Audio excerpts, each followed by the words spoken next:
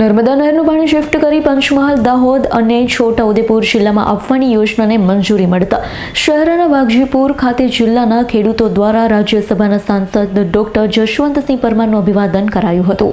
પંચમહાલ, દાહોદ અને છોટાઉદેપુર જિલ્લાના ખેડૂતોના સર્વાંગી વિકાસ માટે રાજ્યસભા સાંસદ ડોક્ટર જશવંતસિંહ પરમાર દ્વારા 2.5 વર્ષથી સતત કરવામાં આવેલી રજૂઆતને પરિણામે મુખ્યમંત્રી ભૂપેન્દ્ર પટેલના નેતૃત્વમાં રૂપિયા 5,497.23 કરોડની નર્મદા સિંચાઈ યોજનાને રાજ્ય સરકાર દ્વારા સૈદ્ધાંતિક મંજૂરી આપવામાં આવી છે.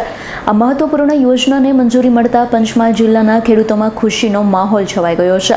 ત્યારે પંચમહાલ જિલ્લાના શહેરા તાલુકાના વાઘજીપુર ખાતે જિલ્લાના ખેડૂતો દ્વારા અભિવાદન સમારોહનું આયોજન કરવામાં આવ્યું હતું. કાર્યક્રમ દરમિયાન નર્મદા સિંચાઈ યોજનાની સૈદ્ધાંતિક મંજૂરી બદલ રાજ્યસભાના સાંસદ ડોક્ટર જશવંતસિંહ પરમારનું સન્માન કરવામાં આવ્યું હતું. ખેડૂતો દ્વારા તેમનો આભાર વ્યક્ત કરવામાં આવ્યો હતો. મોટી સંખ્યામાં શહેરા તાલુકા સહિત જિલ્લાના ખેડૂતો ઉપસ્થિત રહ્યા હતા.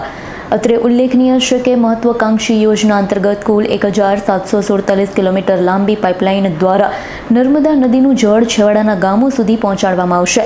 યોજનાથી વિસ્તારના 912 તળાવ, 3 ડેમ અને 1,232 ચેકડેમોને નર્મદાના નીરથી ભરપૂર બનાવવામાં આવશે. ઉપરાંત નહેર પર 10 પમ્પિંગ સ્ટેશનો સ્થાપિત કરી 196.55 MCM નર્મદા જળનો અમૃત સમાન ઉપયોગ કરવામાં આવશે. આમાં આ યોજના માત્ર સિંચાઈ જળ પૂરું પાડવાની નથી, પરંતુ અન્નદાતાની સમૃદ્ધિ અને સમગ્ર પ્રદેશના ભવિષ્યને હરિયાળું બનાવવામાં મહત્વપૂર્ણ ભૂમિકા ભજવશે.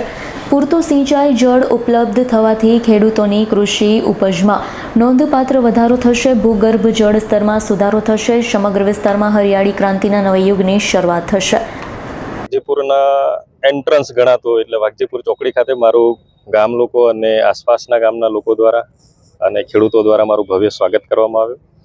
આ સ્વાગત કરવા પાછળનું મુખ્ય કારણ કે પૂર્વ વિસ્તારની અંદર જે પાણીની વર્ષો જૂની સમસ્યા હતી એ સમસ્યાનો હલ થઈ રહ્યો છે એવા સમાચાર ઓથેન્ટિક રીતે ગુજરાત સરકાર દ્વારા જ્યારે જાહેરાત કરવામાં આવી છે ત્યારે આ વિસ્તારના લોકોમાં એક અનેરા આનંદની લાગણી છે, સંતોષની લાગણી છે અને ઉત્સાહની પણ લાગણી છે. આ પાછળનું કારણ એક જ છે કે આપ સૌને ખ્યાલ છે કે અગાઉ પાનમ ડેમને આસપાસના લગભગ 140 કરતાં વધારે તળાવોને લિંક કરવાનો એક પ્રોજેક્ટ અમલમાં ઓલરેડી મૂકી દેવામાં આવ્યો છે. પરંતુ છેલ્લા 10 થી 12 વર્ષનો ઇતિહાસ જોતા પાનમ ડેમ જે છે એ સંપૂર્ણપણે ભરાય એવી સંભાવનાઓ થોડીક ઓછી હોય છે. કારણ કે છેલ્લા 10 વર્ષમાં લગભગ 3 થી 4 વખત જ ડેમ ભરાયો છે પૂર્ણ. ત્યારે વિષય એક જ હતો કે જો ડેમમાં પાણી ન હોય તો આપણે આ વિસ્તારના લોકોને કેવી રીતે પાણી આપી શકીશું, તળાવ કેવી રીતે ભરી શકીશું. તો તેની સમસ્યાના હલના ભાગરૂપે મારા તરફથી પંચમહાલ અને દાહોદના પશ્ચિમ વિસ્તાર માટે અને દાહોદના જે MP સાહેબ છે જસવંતસિંહ ભાભોર સાહેબ, તેમના દ્વારા દાહોદ અને પેલી બાજુ જસુભાઈ રાઠવા દ્વારા છોટાઉદેપુરને પણ નર્મદા આધારિત પાણી આપવાની વારંવાર માંગણી કરવામાં આવેલી હતી. હવે નર્મદાના પાણીની વાત છે ત્યાં સુધી ક્યાંથી કેવી રીતે પાણી નાખવું તેની ડિટેલ સ્ટડી કરી અને અવારનવાર તત્કાલીન આપણા સિંચાઈ મંત્રી કુંવરસિંહ બાવળિયા સાહેબ અને અત્યારના જે આપણા સિંચાઈ મંત્રી છે ઈશ્વરભાઈ પટેલ સાહેબને વારંવાર રજૂઆત કરવામાં આવેલી હતી અને તેમણે ખાતરી આપી હતી કે આ સમસ્યાનું પૂર્ણકાલીન સમાધાન અમે કરી આપીશું. અને એ સમાધાનના ભાગરૂપે થોડા દિવસ પહેલાં જ એક મોટા પ્રોજેક્ટને સૈદ્ધાંતિક મંજૂરી આપવામાં આવી છે. તે પ્રોજેક્ટ એટલે હાફેશ્વર યોજના. અને આ યોજના અંતર્ગત હાફેશ્વરનું જે જળાશય છે તેમાંથી આપણી જે નર્મદા કેનાલમાં અંદર જે પાણી આવે છે એ નર્મદા કેનાલમાંથી જે જગ્યાએથી સુટેબલ છે એવી જગ્યાએથી પાણીને લિફ્ટ કરી અને પાનમ ડેમ અને આપણનો આગળનો જે હડપ ડેમ છે એ બંને ડેમ અને દાહોદ જિલ્લાનો એક ડેમ એમ કરીને 3 ડેમને તો ભરવાના જ છે. પરંતુ એ સિવાય પણ રસ્તામાં બાકી રહેતા તળાવ અને સૌથી મહત્વની વાત છે કે આ વખતે ચેકડેમને પણ ભરવાની એક યોજનાને અમલીકરણ થવાનું છે.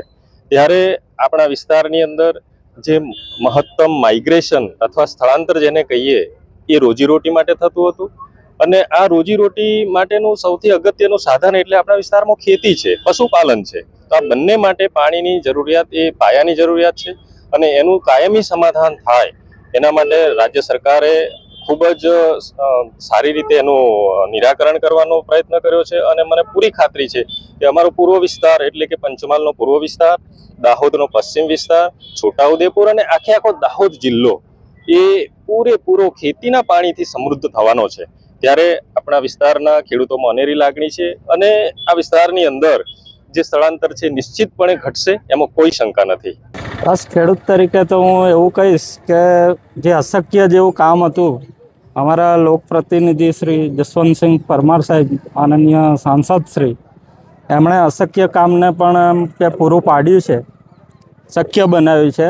હવે અહીંયા મોરવા છે, શહેરા છે, ઘોગંબા સાઈડ, આ બધો વિસ્તાર જે હતો ખૂબ ગરીબ પરિસ્થિતિવાળો હતો. લોકોને રોજીરોટી માટે અહીંથી પલાયન થવું પડતું હતું. એ વિસ્તાર હવે હરિયાળો બનશે ને રોજીરોટી મળી રહેશે. એટલે ખૂબ જ સારું કામ કર્યું છે કે જે અશક્ય હતું એને શક્ય બનાવ્યું સાહેબે. એ હિસાબે જો વિચારવામાં આવે તો ડૉક્ટર જસવંતસિંહ પરમાર સાહેબનો આ તબક્કે ખૂબ ખૂબ આભાર માનીએ છીએ. હું વાઘજીપુર નિવાસી ચીમનભાઈ ભૂદરભાઈ બારિયા. પરમાર સાહેબે જે સિંચાઈની યોજના મંજૂર કરાવી છે એના સ્વાગત માટે અમે અહીં ઊભા છીએ. અત્યારે બહુ આનંદનો માહોલ છે અને એમણે જે અથાગ પ્રયત્ન કરીને જે સરકારમાં રજૂઆત કરી, સરકારે જે મંજૂર કર્યું છે એ એમને અભિનંદન આપવા માટે અમે એમનું સ્વાગત કરવા અહીં ઊભા છીએ. ઇકબાલ લડબડનો રિપોર્ટ, આજ9 ન્યૂઝ, પંચમહાલ. અમારી તમામ માહિતીથી અપડેટ રહેવા માટે જોડાયેલા રહો S9 ન્યૂઝ સાથે.